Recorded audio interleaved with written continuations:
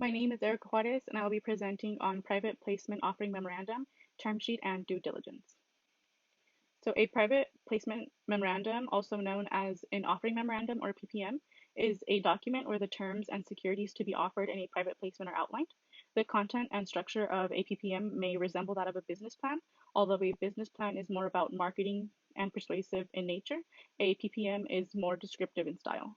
A PPM gives the entrepreneur the opportunity to disclose information about the investment to investors to help them decide. The main purpose of a PPM is to give the entrepreneur the opportunity to provide all potential risks associated with the investor while protecting the seller from potential liabilities associated with selling unregistered securities. Therefore, it is critical that a PPM be accurate and complete. When drafting a PPM, there are certain factors that need to be considered. One important factor is that the PPM must be in compliance with the securities laws outlined by the SEC, as well as other regulations that are in place. There are several laws pertaining to private placements. The most used are based on Regulation D in the Securities Act of 1933. Under Regulation D, there are separate regulations for companies raising capital of under $1 million, under $5 million, and unlimited amounts. Each of these have slightly different restrictions. Generally, the restrictions pertain to the prohibition on the solicitation or advertising to promote the offering, a sale only to accredited investors, and restriction on the resale of the securities. There are other restrictions pertaining to private placements, including Rule 144A and Regulation S. It's important to note that a PPM is composed of several components. A PPM will typically contain the following: a complete description of the security offered for sale, the terms of the sale and fees, capital structure and historical financial statements, a description of the business, summary biographies of the management team, the numerous risk factors associated with the investment, and much more. Next, we'll continue with the term sheet. A term sheet will contain all the important terms of the investment offering.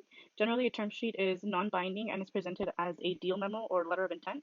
Once a term sheet is signed by the potential investor, they agree to begin the legal and due diligence process. At this point, the issuer's counsel will begin the process of drafting the financial documents. While the term sheet is a non-binding document, it may contain certain provisions that are legally binding, regardless of whether the financing was completed. Some of these legally binding obligations may include confidentiality, expense reimbursements, and the jurisdiction and dispute resolution terms. A term sheet is composed of several components. The type of information that may be included in a term sheet include the description of securities, representations and warranties, conditions to closing, counsel and expense reimbursement, no shop confidentiality, non-competition and non-solicitation, non-disclosure, key person, insurance, and expiration. Not all term sheets are identical, and they will always be tailored to suit the investor's needs. However, most will be drafted in a similar format containing several key components. These are generally valuation, securities being issued, board rights, investor protections, dealing with shares, and miscellaneous provisions. Next, we have due diligence.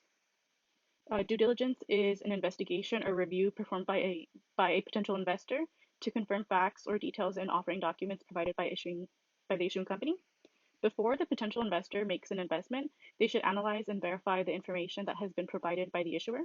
Generally, the potential investor will be presented with offering documents such as a PPM and/or a term sheet. However, due diligence calls for a deeper analysis of offering materials. Before proceeding with an investment, a potential investor should understand all the areas of the business, including backgrounds of the key individuals managing the business and information about the business itself.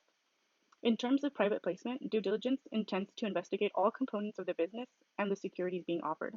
For the potential investor, there is much work to be done, but it's worth evaluating the completeness, consistency, and accuracy of the offering documents to verify that no materials have been omitted. So some of the areas to perform due diligence in are company capitalization, market overview, competitors and industry, management and ownership, financial information, capital structure, litigation, acquisition, partnership or joint venture agreements, governmental regulations and filings, and in operations. So due diligence is necessary to reduce the risk that a potential investor may take on. It is important for the investor to verify as much information as possible prior to investing in a private company. Thank you.